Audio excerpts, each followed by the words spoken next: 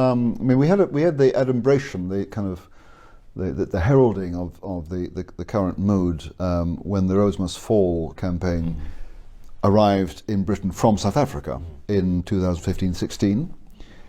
And then what happened was the killing of George Floyd in the United States, the Black Lives Matter movement, which was an American movement, suddenly landed over here, and various activist groups on the left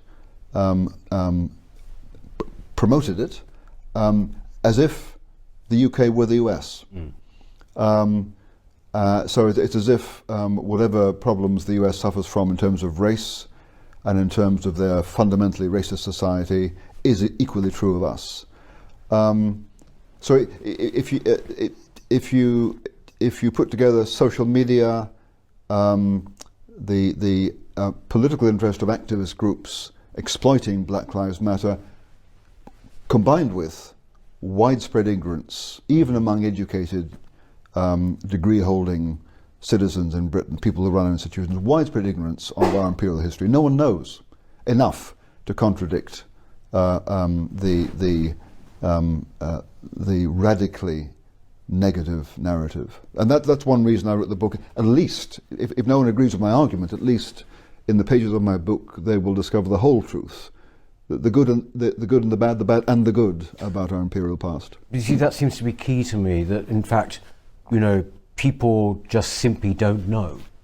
They don't know the facts, you know, they don't know, even if they want to, you know, come to a conclusion which is not the same as mine or yours or whatever, they simply don't know the facts. And, you know, you do come across people now, younger people particularly, who seriously think that slavery was a uniquely British thing, for example. Yes. That the narrative. And that's one reason I wrote the book. At least, if no one agrees with my argument, at least in the pages of my book they will discover the whole truth. The good and the bad and the good about our imperial past. You see, that seems to be key to me, that in fact, you know, people just simply don't know. They don't know the facts, you know, they don't know, even if they want to, you know, come to a conclusion which is not the same as mine or yours or whatever, they simply don't know the facts. And, you know, you do come across people now, younger people particularly, who seriously think that slavery was a uniquely British thing, for example. Yes. That even colonialism was a British thing. Because although the British Empire features in your book, it's actually about imperialism, isn't it, generally? I'm intrigued, the title is A Moral Reckoning, and, you know, that ethics is your field, isn't it? So That's how right. does that differ from being an historical reckoning?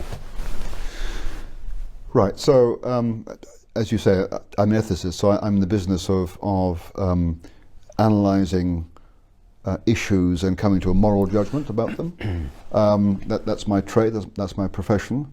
And so, what I've tried to do is to. I mean, in the course of my career, I have worked on the ethics of war, for example. So I've tried to come to judgments about various wars, present and past. And so I tried something more ambitious here to reach a moral judgment, an overall moral judgment about the phenomenon of empire and the particular phenomenon of one empire, namely the British. Now, lots of my critics, particularly on the far left, point out that Bigger is not an historian, and so Bigger really has no authority to speak about these matters. To which my swift response is, well, no, and you're not ethicists, and yet apparently you've got very strong moral views about the past.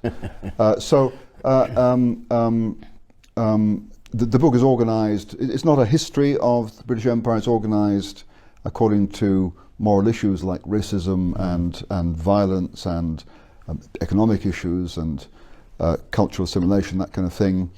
So it's organised in terms of moral issue. But obviously, I have to try and get the historical facts straight, so I know what I'm judging, and so I've taken care, particularly when dealing with issues I know are controversial, to read more than one historian, and as you'll see at the beginning of the book, there are about 10 pre-publication commendations by historians. So many professional historians reckon I've done a decent job. Although I'm quite sure that, given the vastness of the territory in terms of geographical extent from British Columbia to New Zealand, and in terms of time from 1600 to 1960, there will be mistakes in there. But several historians who've read the text reckon it's a pretty balanced and fair judgment. I've never seen so many notes, actually, I have to say. It's going on for pages. I had to cover my rear end.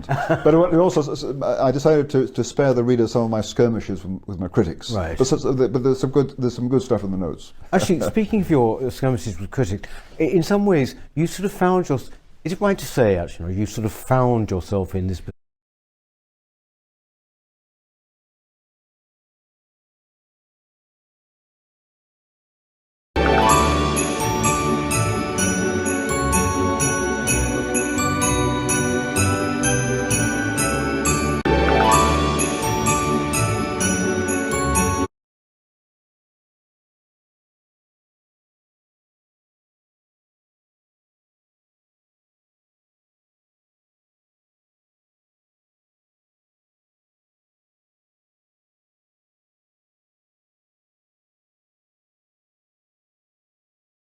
Да, честно казвам, тъкмо излизам от магазина на Лего с покупката. Не е точно това, което искаше, но стигнахме съгласие за друго.